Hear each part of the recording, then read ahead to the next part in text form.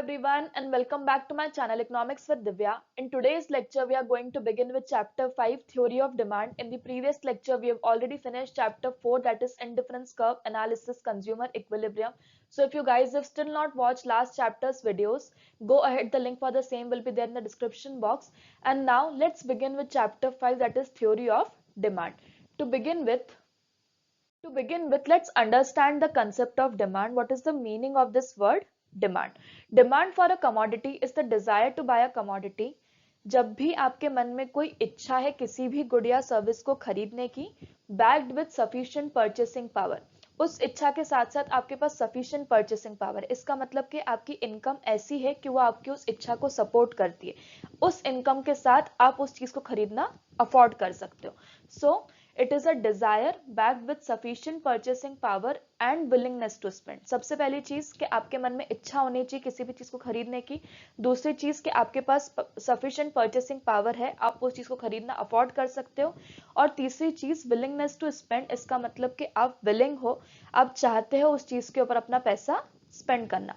जब ये तीनों चीजें साथ में मिलती है, सबसे पहला डिजायर, दूसरा sufficient purchasing power,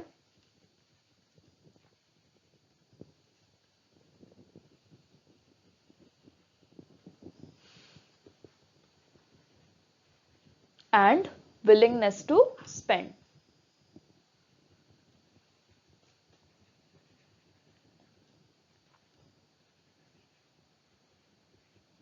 जब ये तीनों चीजें साथ में होगी तभी किसी कमोडिटी के डिजायर को अपन डिमांड बोल सकते हैं. आज आपने सोचा कि आपको मर्सिडीज खरीदनी, ओके, लेकिन आपकी जो परचेसिंग पावर है, आपकी जो इनकम है वो सपोर्ट नहीं करती और एट प्रेजेंट आप मर्सिडीज को अफोर्ड नहीं कर सकते हो. तो क्योंकि आपके मन में सिर्फ इच्छा है लेकिन आपके पास परचेसिंग पावर नहीं है, तो उस चीज को अपन डिमांड टर्म नहीं कर सकते. जब आपके पास इच्छा है, आपके पास विलिंगनेस टू स्पेंड है और सफिशिएंट परचेसिंग पावर है, जब ये तीनों चीजें साथ में होगी तभी अपन किसी चीज को डिमांड बोल सकते हैं. Okay, demand and quantity demanded. Demand refers to different possible quantities of a commodity that a consumer is ready to buy at different possible prices of a commodity. Demand का मतलब क्या कि कोई भी कंज्यूमर अलग अलग प्राइसेस पे कितनी क्वांटिटी डिमांड कर रहा है किसी भी कमोडिटी. फॉर एग्जांपल, अगर किसी कमोडिटी लेट्स से एक्स, उसकी प्राइस अगर 10 रुपए है तो मेरे को उसकी 10 यूनिट चाहिए. अगर उसकी प्राइस 20 रुपए है तो मेरे को उसकी 8 यूनिट्स चाहिए. अगर उसकी प्राइस 30 रुपए तो मेरे को उसकी 5 यूनिट्स चाहिए. ठीक है, तो हर एक स्पेसिफिक प्राइस के हिसाब से मैं कितनी क्वांटिटी डिमांड कर रही हूँ उसको मैं क्या कहूंगी, demand. Demand refers to different possible quantities. मैं कितनी क्वांटिटीज डिमांड कर रही हूँ किसी भी कमोडिटी की एट डिफरेंट पॉसिबल प्राइसेस. अलग अलग प्राइसेस पे मेरी उस कमोडिटी को लेकर डिमांड क्या है, उस चीज को अपन कहेंगे demand. And quantity demanded means refers to a specific quantity to be purchased against a specific price of a commodity. अगर मैं ऐसा सोचूं कि 10 रुपए की प्राइस पे मैं एक्स कमोडिटी की कितनी यूनिट्स परचेस करना चाहती हूँ, तो उसका आंसर क्या आएगा, 10. अगर मैं स्पेसिफिकली अगर मैं ऐसा पूछूं कि 20 रुपए की अगर एक्स कमोडिटी की प्राइस अगर 20 रुपए है तो उस प्राइस पे मैं एक्स कमोडिटी कितनी यूनिट्स परचेस करना चाहूंगी, तो उसका आंसर आएगा 8. So quantity demanded refers to specific quantity. एक स्पेसिफिक प्राइस के अगेंस्ट आप कितने स्पेसिफिक क्वांटिटी डिमांड कर रहे हो. जब आप अलग अलग क्वांटिटीज बता रहे हो अलग अलग प्राइस के हिसाब से, तो उसको अपन कहेंगे डिमांड. लेकिन आप जब किसी स्पेसिफिक क्वांटिटी को बता रहे हो स्पेसिफिक प्राइस के हिसाब से, उसको अपन कहेंगे quantity demanded. Okay, going next, demand schedule. Demand का अपन ने क्या मतलब पढ़ा था, different quantities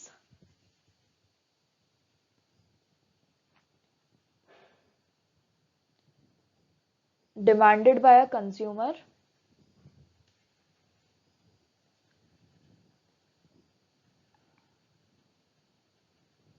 at different prices of a commodity.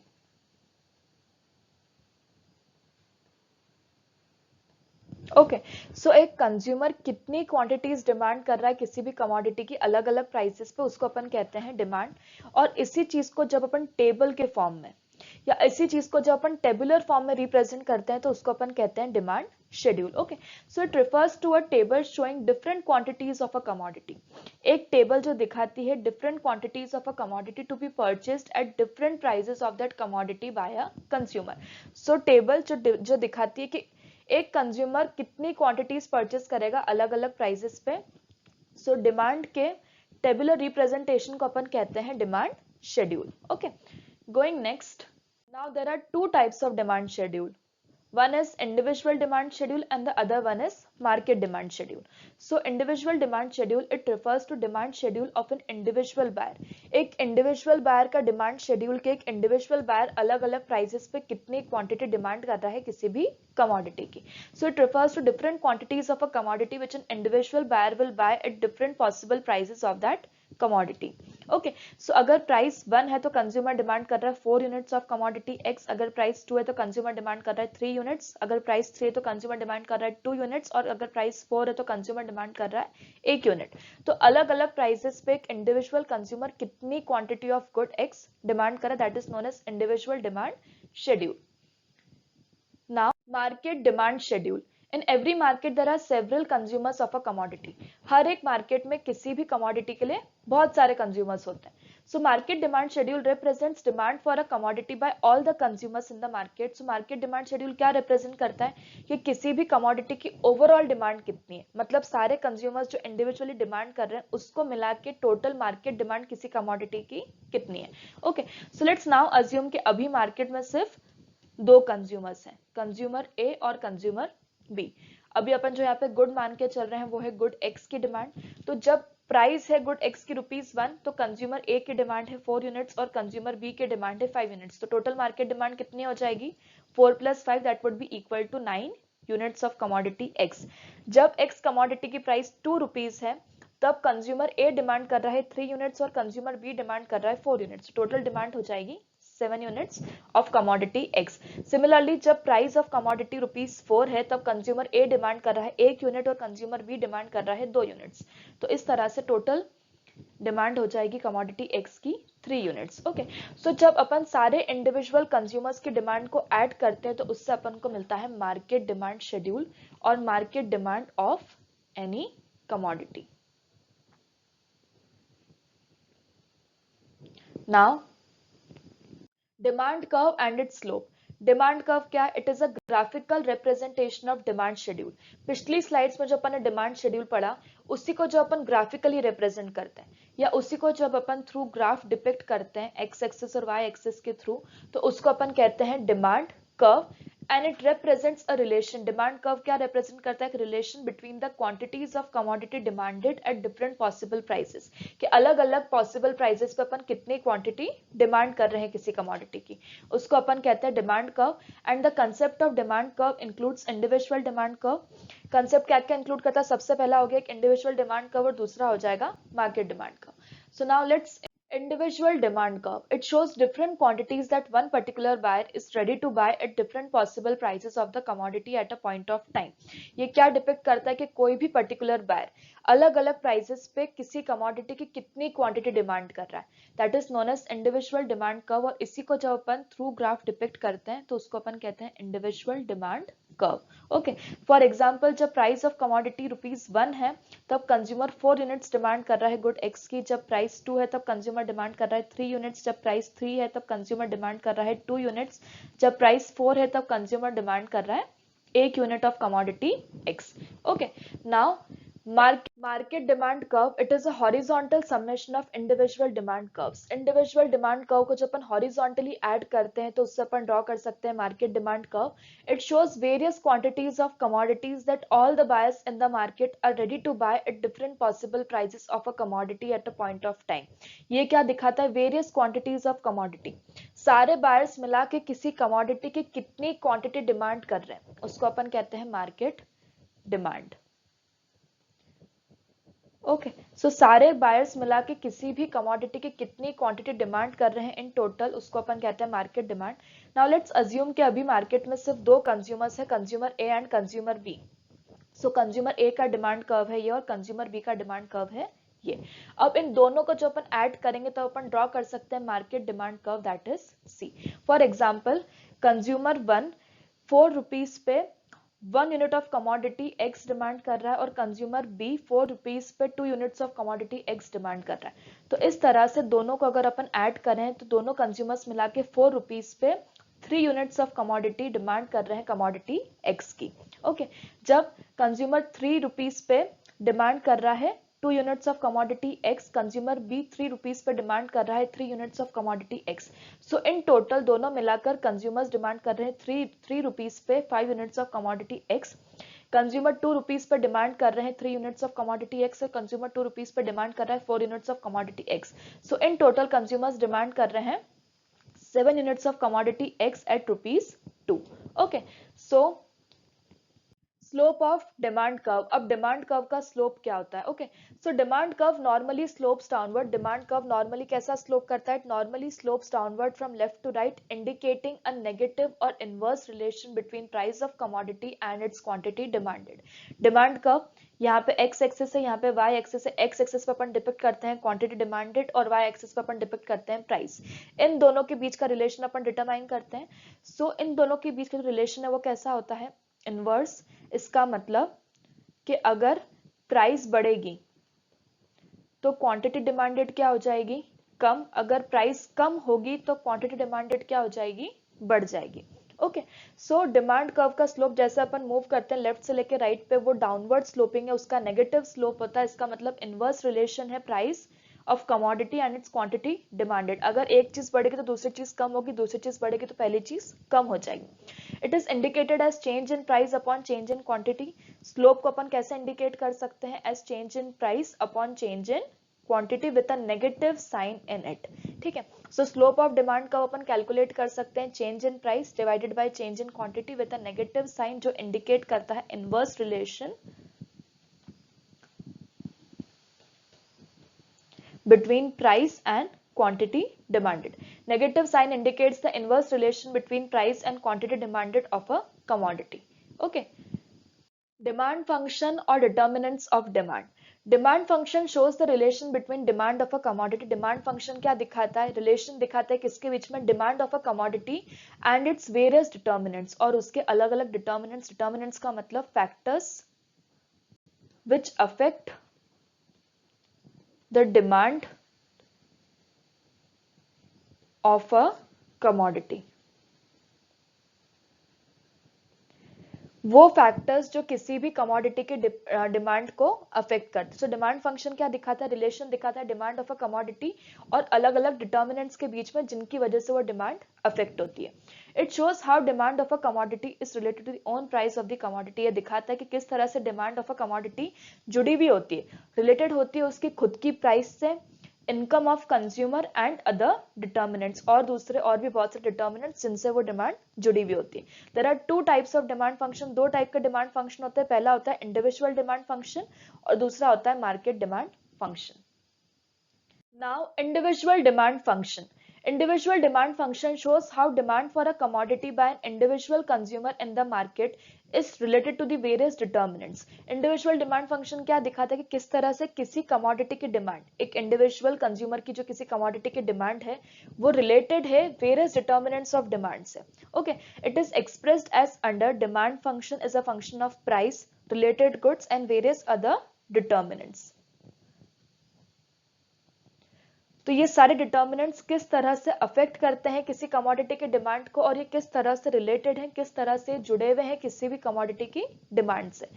Determinants are own price of commodity. अगर own price of commodity increase होगी तो डिमांड क्या होगी? कमोडिटी की कम हो जाएगी. ओके, सो जब प्राइस इंक्रीज होगी तो क्वांटिटी डिमांडेड कम हो जाएगी, जब प्राइस डिक्रीज होगी तो क्वांटिटी डिमांडेड इंक्रीज हो जाएगी. This is a very normal relation between price and quantity demanded. Second है प्राइस ऑफ रिलेटेड गुड्स. अब रिलेटेड गुड्स के अंदर दो चीजें आती है. सबसे पहला हो गया सब्सटीट्यूट गुड्स और दूसरा हो जाएगा कॉम्प्लीमेंट्री गुड्स. ओके, अब substitute goods and complementary goods. Substitute goods are those goods which can be interchanged for use. Substitute goods का मतलब वो goods जिनको अपन एक दूसरे की जगह पर interchange करके यूज कर सकते हैं, जिनको अपन एक दूसरे की जगह पे यूज कर सकते हैं, जो अपनी सेम नीड को satisfy करते हैं.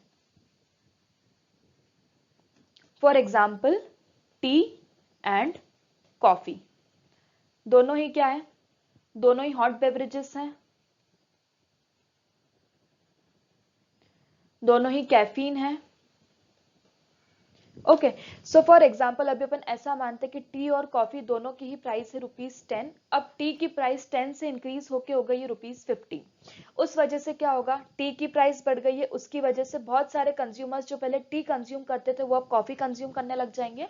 तो उस कारण से कॉफी की डिमांड क्या हो जाएगी, इंक्रीज हो जाएगी सेम प्राइस पे। कॉफी की प्राइस अभी भी सेम है, लेकिन क्योंकि चाय की प्राइस बढ़ गई है तो उसकी वजह से कॉफी की डिमांड क्या हो जाएगी, इंक्रीज हो जाएगी। अब अगर चाय की प्राइस कम हो जाती है, जो पहले 10 थी वो अब 5 हो जाती है, तो उसकी वजह से बहुत सारे लोग जो पहले कॉफी कंज्यूम करते थे वो अब क्या कंज्यूम करने लग जाएंगे, चाय कंज्यूम करने लग जाएंगे। तो कॉफी की सेम प्राइस होने के बाद भी कॉफी की डिमांड क्या हो जाएगी, कम, क्योंकि टी की क्या हो गई है, प्राइस कम। और दोनों सब्स्टिट्यूट गुड्स हैं, इनका मतलब कि इनको अपन एक दूसरे की जगह पर यूज कर सकते हैं। So when price of substitute good increases, जब सब्स्टिट्यूट गुड की प्राइस क्या होगी, इंक्रीज होगी, तो गिवन गुड की डिमांड क्या हो जाएगी, इंक्रीज। और जब सब्स्टिट्यूट गुड की प्राइस डिक्रीज होगी तो गिवन गुड की प्राइस भी क्या हो जाएगी, decrease. Now complementary goods.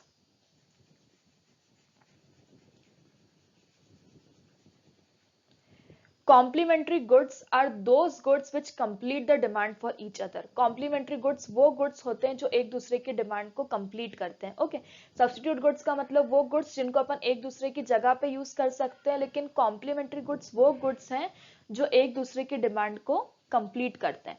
So when price of complementary good increases, demand for given good falls and vice वर्सा।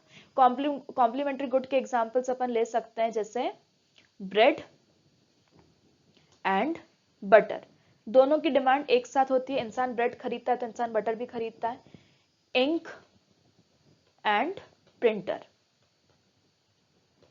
अब अगर बटर की प्राइस अगर इंक्रीज होगी, ठीक है, ब्रेड की प्राइस अभी भी सेम है लेकिन ब्रेड की डिमांड अपने आप क्या हो जाएगी, कम। ब्रेड की प्राइस सेम है फिर भी डिमांड क्या हो जाएगी, कम, क्योंकि बटर की प्राइस इंक्रीज हो रही है और ये दोनों कॉम्प्लीमेंट्री गुड्स से दोनों को साथ में खरीदा जाता है। अगर प्रिंटर की प्राइस इंक्रीज होगी उसकी वजह से लोग बाग कम प्रिंटर्स खरीदेंगे। प्रिंटर की प्राइस इंक्रीज हुई, उसकी डिमांड कम हुई। अब प्रिंटर की प्राइस इंक्रीज हुई, उसकी वजह से प्रिंटर की डिमांड कम हो जाएगी, और प्रिंटर की डिमांड कम होने की वजह से इंक की डिमांड भी अपने आप कम हो जाएगी, जबकि इंक की प्राइस क्या है, सेम है। Okay, so when price of complementary good increases, demand for given good fall. जब price of complementary good increase होती है तो गिवन गुड की डिमांड कम होती है, और जब price of complementary good decrease होती है तो गिवन गुड की डिमांड क्या हो जाती है, इंक्रीज।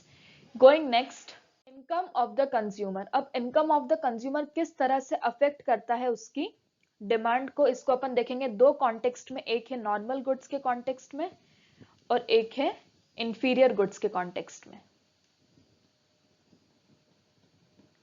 नॉर्मल गुड्स के केस में क्या होगा, जब इनकम ऑफ कंज्यूमर इंक्रीज होगी तो नॉर्मल गुड्स की डिमांड भी क्या होगी, इंक्रीज होगी, और जब इनकम ऑफ कंज्यूमर डिक्रीज होगी तो नॉर्मल गुड्स की डिमांड भी क्या होगी, डिक्रीज होगी। इंफीरियर गुड्स के केस में क्या होगा, जब इनकम ऑफ कंज्यूमर इंक्रीज होगी तो इंफीरियर गुड्स की डिमांड कम हो जाएगी, और जब इनकम ऑफ कंज्यूमर डिक्रीज होगी तो इंफीरियर गुड्स की डिमांड इंक्रीज हो जाएगी। अब नॉर्मल गुड्स क्या होते हैं, goods in which there is a positive relation between income and quantity demanded. ऐसे गुड्स जिनमें पॉजिटिव रिलेशन होता है, किन दो चीजों के बीच में, income and quantity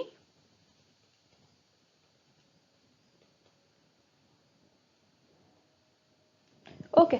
so income and quantity demanded. Normal goods का मतलब क्या, अच्छा कपड़ा, अच्छा खाना, ट्रांसपोर्टेशन, थोड़ी बहुत जो अच्छी क्वालिटी की, जो अपन एवरेज अच्छी लाइफ जीते हैं, वो सारे गुड्स किसके अंदर आते हैं, नॉर्मल गुड्स के अंदर। सो जिनके बीच में एक पॉजिटिव रिलेशन होता है, जब इनकम और क्वांटिटी डिमांडेड के बीच में पॉजिटिव रिलेशन होता है। अगर इनकम इंक्रीज होगी तो अपने नॉर्मल गुड्स की डिमांड भी क्या होगी, इंक्रीज होगी। अगर इनकम कम होगी तो अपनी नॉर्मल गुड्स की डिमांड भी क्या हो जाएगी, कम। इसका मतलब पॉजिटिव रिलेशन है इनकम और क्वांटिटी डिमांडेड के बीच में। यहाँ पे इनकम इफेक्ट क्या है, पॉजिटिव है, इनकम बढ़ी, नॉर्मल गुड्स का कंजम्पशन बढ़ा, इनकम कम हुई, नॉर्मल गुड्स का कंजम्पशन कम हुआ। सो यहाँ पे इनकम इफेक्ट क्या है, पॉजिटिव है, दोनों साथ साथ में चलता है। Normal goods may or may not be the essentials of life. Normal goods हमेशा एसेंशियल्स ऑफ लाइफ नहीं होते, उनके बिना भी इंसान जिंदा रह सकता है। In case of normal goods, there is always an inverse relation between own price of commodity and quantity demanded. In case of normal goods, जो normal goods होते हैं, इसका मतलब जो अच्छी क्वालिटी के जो goods होते हैं, नॉर्मली जो गुड्स अपन कंज्यूम करते हैं, उनके बीच में क्या होता है, एक इनवर्स रिलेशन होता है between price and quantity demanded, अगर उसकी प्राइस इंक्रीज होगी तो उसकी क्वांटिटी जो डिमांड हो रही है वो क्या हो जाएगी, कम, और अगर प्राइस कम होगी तो क्वांटिटी डिमांडेड इंक्रीज हो जाएगी। नाउ इंफीरियर गुड्स,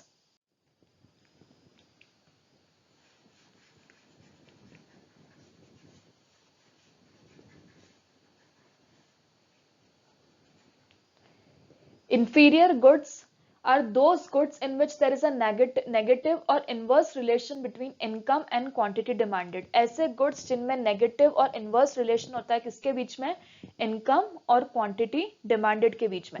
जब consumer की income increase होगी तो inferior goods की demand कम होगी, और जब consumer की income decrease होगी तो inferior goods की demand क्या होगी, increase. Income effect is negative, यहाँ पर इनकम इफेक्ट क्या होता है, नेगेटिव। अगर इनकम बढ़ी, इंफीरियर गुड्स की डिमांड कम हुई, इनकम कम हुई और इंफीरियर गुड्स की डिमांड बढ़ जाएगी।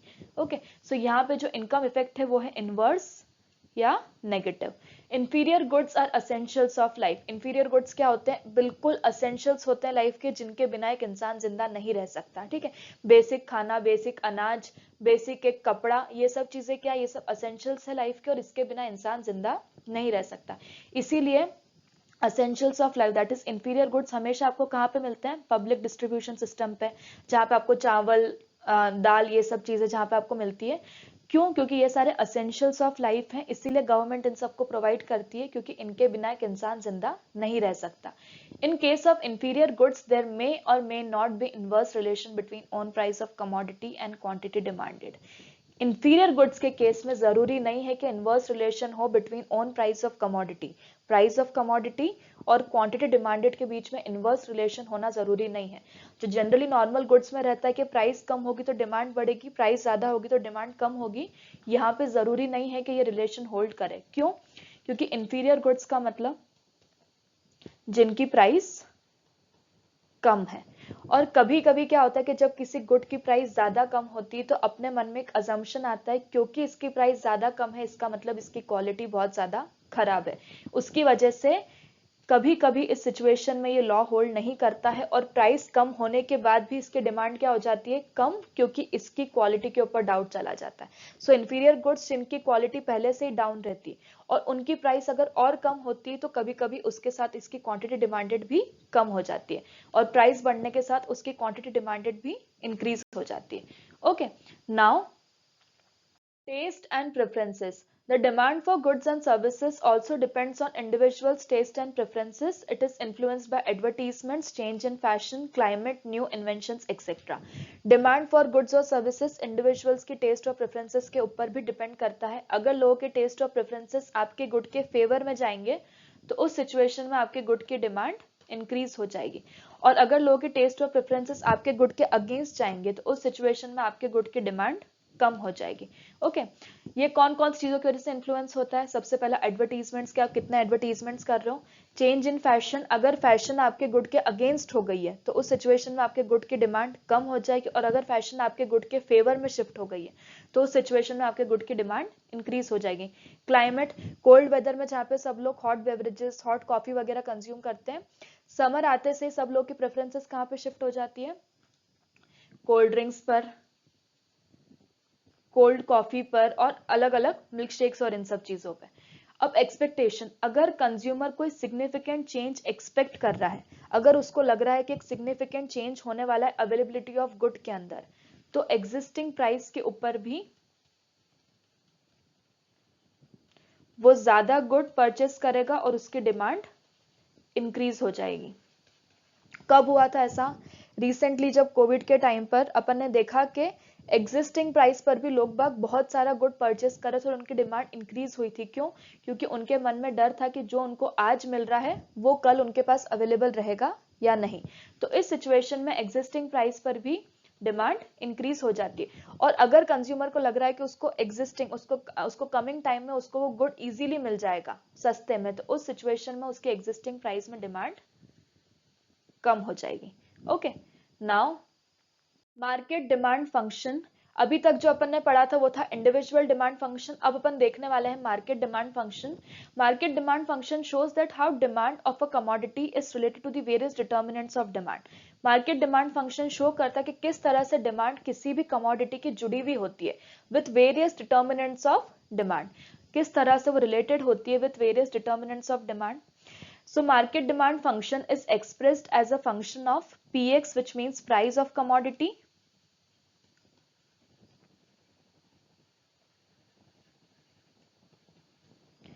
PR, which means price of related good,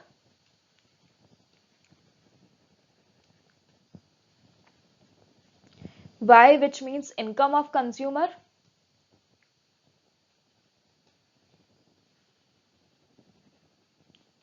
T means taste and preferences,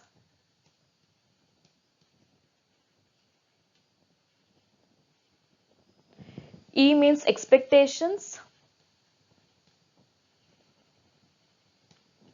N means size of population.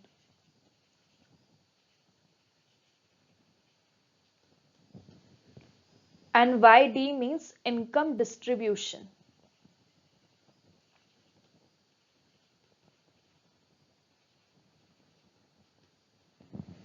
Okay सारे डिटर्मिनेंट्स के बारे में अपन ऑलरेडी पढ़ चुके हैं, सिवाय इन दो डिटर्मिनेंट्स के बारे में, जो है साइज ऑफ पॉपुलेशन. अगर साइज ऑफ पॉपुलेशन इंक्रीज होगी,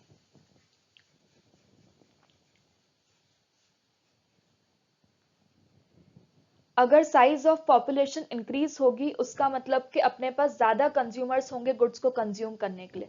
तो अगर साइज ऑफ पॉपुलेशन इंक्रीज होगी तो अपने आप ही डिमांड गुड्स की इंक्रीज होगी. अगर साइज ऑफ पॉपुलेशन कम होगी तो अपने आप गुड्स की डिमांड कम होगी. डिस्ट्रीब्यूशन ऑफ इनकम, अगर जो इनकम है वो अगर इक्वली डिस्ट्रीब्यूट होगी, रिच और पुअर के बीच में अगर जो इनकम है अगर वो सही से डिस्ट्रीब्यूट होगी और सिर्फ रिच के पास इनकम नहीं जाएगी, तो अगर इनकम का डिस्ट्रीब्यूशन सही से होगा, इसका मतलब कि सबके पास अर्निंग रहेगी, सबके पास स्पेंडिंग पावर रहेगी, तो उस वजह से अपने आप ही गुड्स की डिमांड क्या होगी, इंक्रीज होगी. सो जब डिस्ट्रीब्यूशन ऑफ इनकम इक्वल होगा तो गुड्स की डिमांड इंक्रीज होगी, और अगर डिस्ट्रीब्यूशन ऑफ इनकम इक्वल नहीं होगा तो गुड्स की डिमांड कम होती जाएगी. Okay, let's take an example. अगर अपन ऐसा माने कि पॉपुलेशन साइज में अपनी जो ओवरऑल पॉपुलेशन है उसके अंदर जो विमेन का रेशियो है वो इंक्रीज हुआ है, तो वो गुड्स जो विमेन के लिए बने हैं which are meant for women, उनकी डिमांड क्या होगी, इंक्रीज होगी. सो इस तरह से पॉपुलेशन साइज इंक्रीज होने पर गुड्स की डिमांड इंक्रीज होगी और डिस्ट्रीब्यूशन ऑफ इनकम इक्वल होने पर भी गुड्स की डिमांड इंक्रीज होगी. Okay, so with this we come to the end of video, and if you guys found this video helpful then please don't forget to like, share and subscribe. And if you guys still have any doubt then please drop it down in the comment section. In the next lecture we are going to begin with part 2 of chapter 5, that is theory of demand. Okay then, see you, thank you, and see you in the next lecture.